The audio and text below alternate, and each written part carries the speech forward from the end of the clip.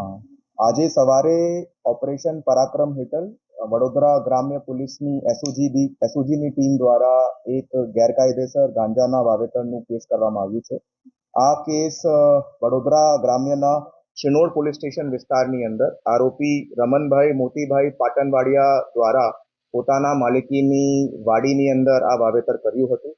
કુલ 12 જેટલા મોટા લીલા છોડ તે જગ્યાથી બરામદ થયા છે, જેનું અંદાજિત વજન 26 કિલોગ્રામ અને 145 ગ્રામ 26 કિલોગ્રામ જેટલું એમનું અંદાજિત વજન છે, જેની કિંમત 2,61,000 રૂપિયાની અંદાજિત થાય છે. આ આરોપી વિરુદ્ધ આ પ્રથમ ગુનો નોંધાયો છે.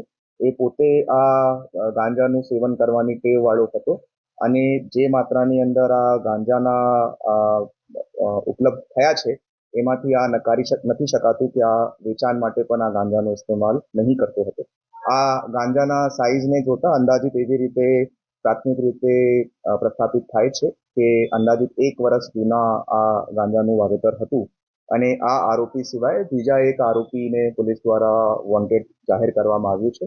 હાલ આની તપાસ ચાલુમાં છે અને બીજી કોઈ ઇન્વેસ્ટિગેશનની લીડ્સ મળતા આગળની કાર્યવાહી કરવામાં આવશે.